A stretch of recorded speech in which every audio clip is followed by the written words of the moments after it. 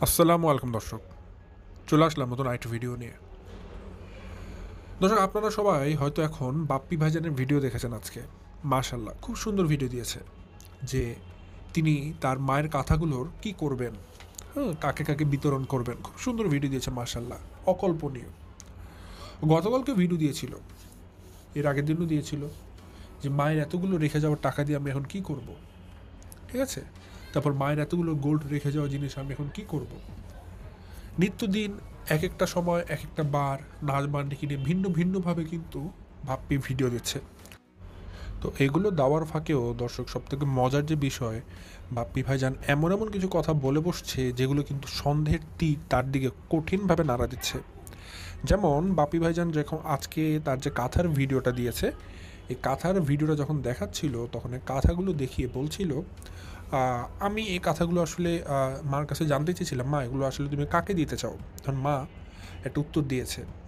আমি জানি দর্শক, সেই উত্তরটা যদি আমি আপনাদেরকে দিই, আপনারা শুনে প্রত্যেকটা মানুষের মাথায় আকাশ ভেঙে পড়বে। মানে বাপ্পির এরকম টেকনিক, এরকম নিনজা টেকনিক মার্কা উত্তর শোনার পরে আমি মনে করি সবার হতভম্ব হয়ে যাওয়া উচিত।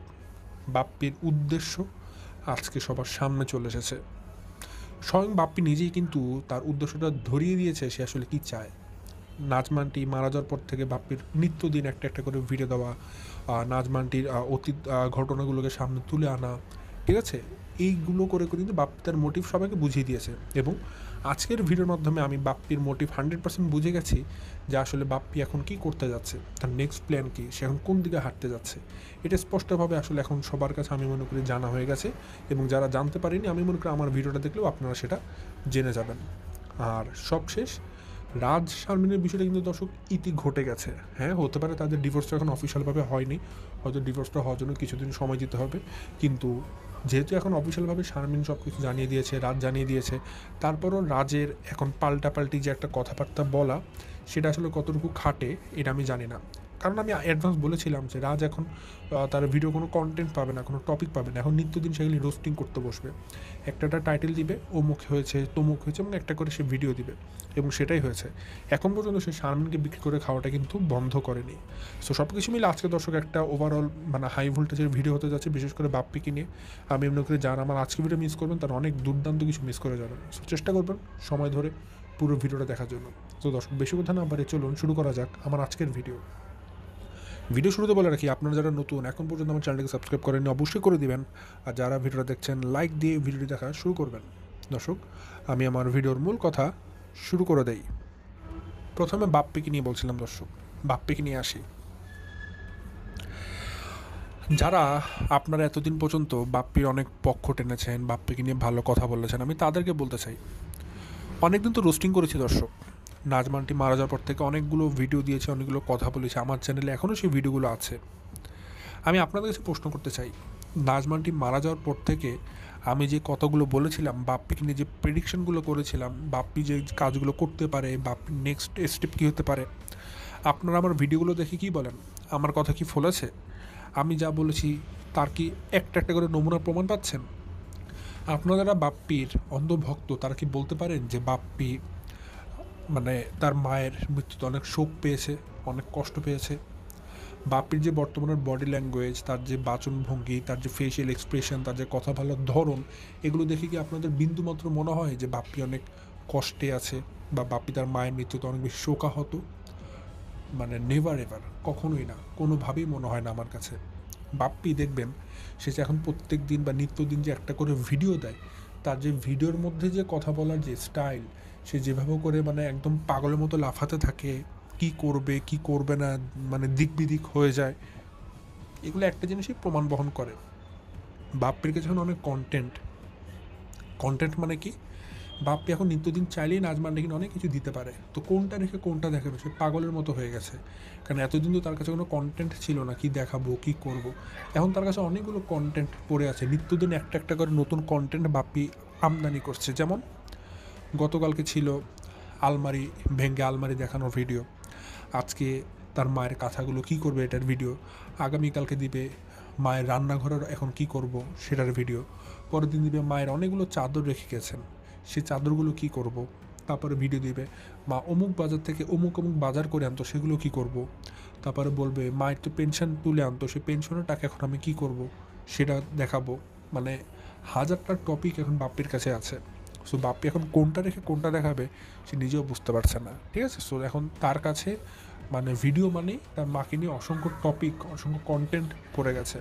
বাট আমি এটা জানতে চাই, একটা ভদ্র বা একটা মানে শালীন পুরুষ হিসেবে, সন্তান হিসেবে নিজের মায়ের মৃত্যুটাকে কি এভাবে একটা ভিডিওর কন্টেন্ট হিসেবে বানানোটা কি উচিত?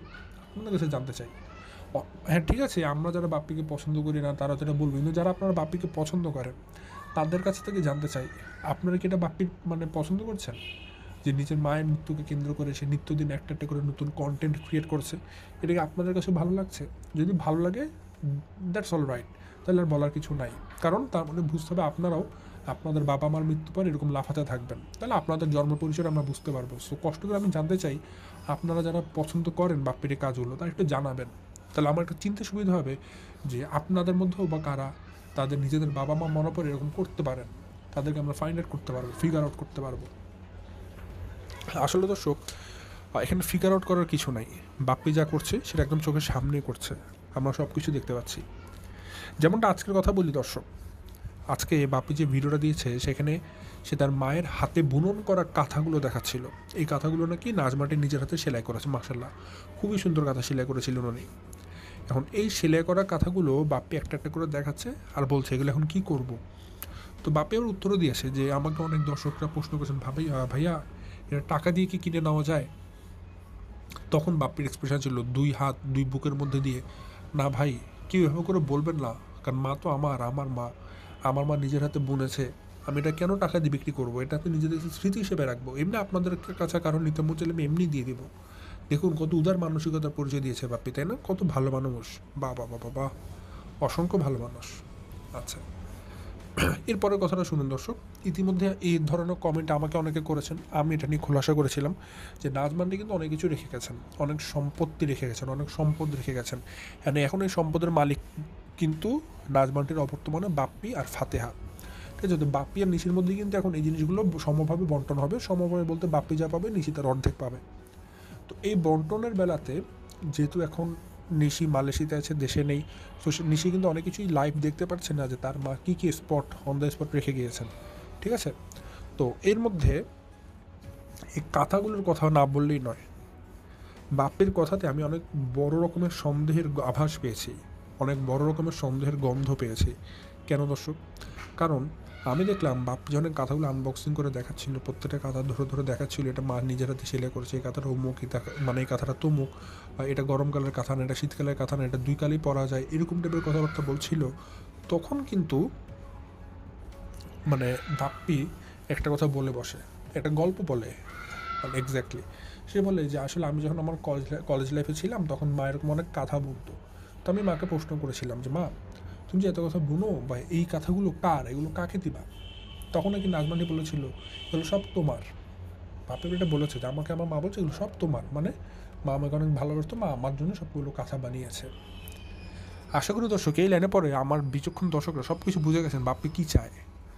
দেখুন একটা জিনিস, এই যে নাজমান্ডি যতগুলো কাঁথা রেখে গেছে এগুলো তো ট্রেডিশনাল কাঁথা বলতেই হবে, সবগুলো ট্রেডিশনাল কাঁথা। সো এগুলো এই কাঁথাগুলো কিন্তু মানে চাহিদা অনেক বেশি, প্রত্যেকটা মানুষই চাবে তার কাছে এরকম একটা ট্রেডিশনাল কাঁথা নিজেদের সাথে সংগ্রহে থাকুক, সবাই চাবে এটা।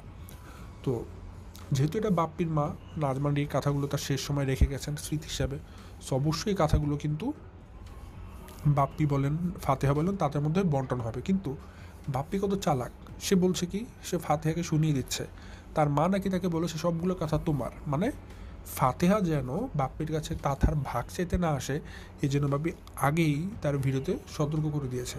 বাপ্পি বলে দিয়েছে এই কাঁথাগুলো নাকি নাজমান্ডি শুধুমাত্র তার জন্য বানিয়েছে এবং নাজমান্ডি নিজের মুখ দিয়ে বলেছে সবগুলো কাঁথা তোমার। সো এই জন্য বাপ্পি এখন এই সবগুলো কাঁথার মালিক এখানে নিশি কোনোভাবেই দাবি করতে পারবে না। এই কারণেই কিন্তু বাপ্পি বারবার করে এই জিনিসটাকে প্রমোট করেছে যে এই কাঁথাগুলো মা তাকে দিয়ে গেছে। বাপ্পির এই কাজের জন্য যেটা হবে কনসিকুয়েন্সটা দাঁড়াবে এটা, নিশি তো অবশ্যই বাংলাদেশে আসবে কোনো না কোনো সময়, তখন বাপ্পি বারবার করে নিশিকে বলবে মা তো এটা আমাকে দিয়ে গেছে, মা তো এটা মুখ থেকে বলে গেছে এটা আমাকে দিয়েছে, যেটা তোমার, সো এটা তুই কেন নিবি, এটা তো তোকে দেওয়া যাবে না। তো বাপ্পি আগে থেকেই ধন সম্পদগুলো কীভাবে নিজের নামে লেখা যায়, কীভাবে নিজের কাছে রাখা যায়, কীভাবে ফাতেহা কম দেওয়া যায়, এখন থেকেই সে আনেমিগিরি শুরু করে দিয়েছে। যেমন এই কথা কিন্তু স্পষ্টভাবে তার প্রমাণ, বাপ্পিকে তার মা বলেছে সবগুলো কথা তুই নিবি তোমার। তো বাপ্পি কথাটা কেন এখন এই সময় বলবে, যাতে করে ফাতেহা তার কাছ থেকে এই কথাগুলো দাবি না করে, এবং ফাতেহা একা মানে নিশি যেন এটা কোনোভাবে ব্যবহার করতে না পারে, বাপ্পি একা ব্যবহার করবে। সো এটা কিন্তু বাপ্পির একটা চিকন বুদ্ধি দর্শক, মানে মাত্রাতিরিক্ত চিকন বুদ্ধি। সেটা থেকে বোঝাই যাচ্ছে যে বাপ্পি আসলে মানে নিশিকে কত পরিমাণের ঠকানোর চিন্তা ভাবনা করছে, বাট সেটা অবশ্যই সময় বলে দেবে, এখন না।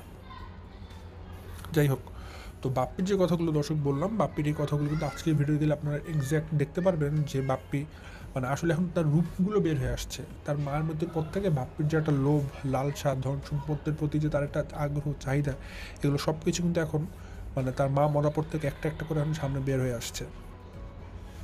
নেক্সট দর্শক আমি যাকে নিয়ে কথা বলবো সেটা হচ্ছে তানজিলা। তানজিলাকে নিয়ে কথা অলরেডি আমি বলেছি আমার গত ভিডিওতে, লাস্ট সেশনে। সো আজকে আবার কি বলবো, এটা বলতে চাই এই কারণে যে রাস্তায় কুকুরের লেজ কোনোদিন সোজা হয় না দর্শক। যতই আপনি বলে না যে রুটি বেলার মতো করে বেলেন না কেন, দেখবেন বেলা শেষ আবার সেটা করে ব্যাকা হয়ে গেছে, মানে কুকুরের লেজ বাঁকাই থাকে, কোনো সোজা হয় না। দেখবেন আমি তানজিলাকে নিয়ে গতকালকে যে ভিডিওটা দিয়েছিলাম সেখানে আমি একটা জিনিসই বারবার বলেছি যে তানজিলার মুখের ভাষা অনেক খারাপ। সে দেখুন বারবার করে যে একটা কথা প্রমোট করে, আমার পেটে বাচ্চা নিয়ে প্রথম রোজ, আমার পেটে বাচ্চা, ভাই আপনার পেটে বাচ্চা এটা সবাই দেখতে পারে, চোখ আছে, আপনার পেটে বাচ্চা এটা এভাবে করে জানান দেওয়ার কিছু নেই। মোস্ট প্রবলি আমি যেটা মনে করি, পেটে বাচ্চা এটা পেট ফলা দেখলেই বোঝা যায়। পেটে বাচ্চা এবার কি ভাই, কথাবার্তা সৌন্দর্য আছে তো, ঠিক আছে।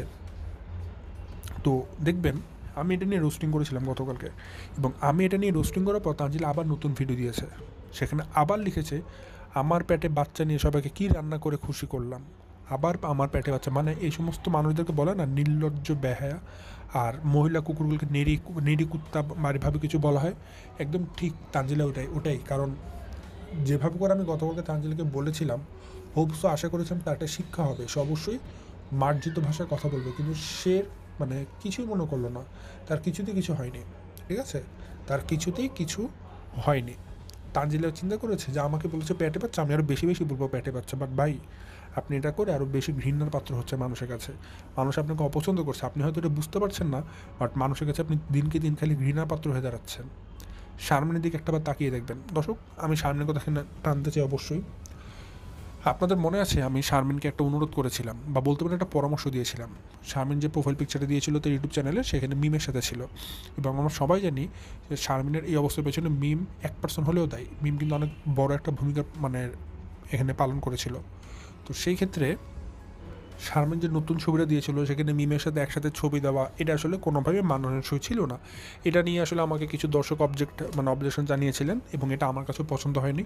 তো এটা কিন্তু আমি আপনাদের সামনে তুলে ধরেছিলাম, এবং খেয়াল করে দেখুন আমি যখন ভিডিওটা দিয়েছি তার 1 ঘন্টার মধ্যে শারমিন আমাদের কথা মতো তার প্রোফাইল পিকচারটা চেঞ্জ করে দিয়েছে। এখন আমি আপনাদের কাছে বলতে চাই দর্শক, শারমিন যে কাজটা করেছে বা এই যে স্ক্রিপ্টটা নিয়েছে তার নিজের প্রোফাইল পিকচারটা আমাদের যে রোস্টার মানে আমার কথাগুলো শুনে আপনাদের কমেন্টগুলো পড়ে সে যে ডিসিশন নিয়ে তার নিজের একটা পার্সোনাল ছবি দিয়েছে, আপনারা বলুন, আপনাদের কাছ থেকে জানতে চাই এটা কি আসলে প্রশংসা পাওয়ার দাবিদার নাকি ভর্ৎসনা পাওয়ার দাবিদার, আমি আপনাদের কাছ থেকে জানতে চাই।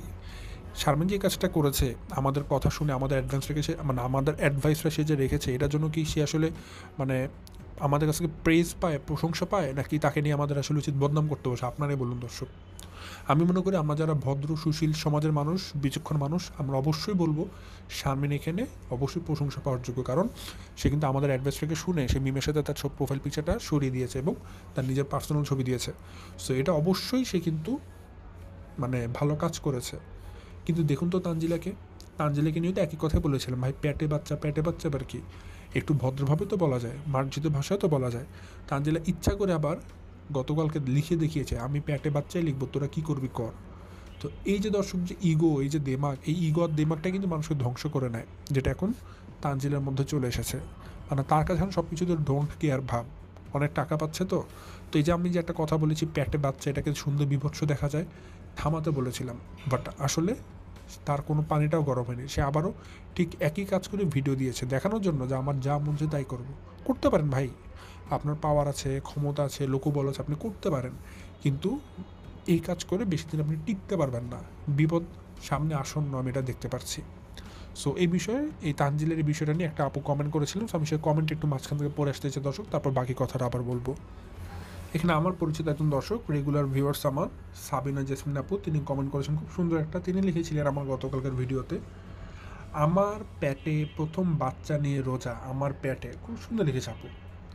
দিস বস্তি marker dialogue by once upon a time there was a helping hands teacher's daughter Tanjila, but so far no one knows who was her actual father.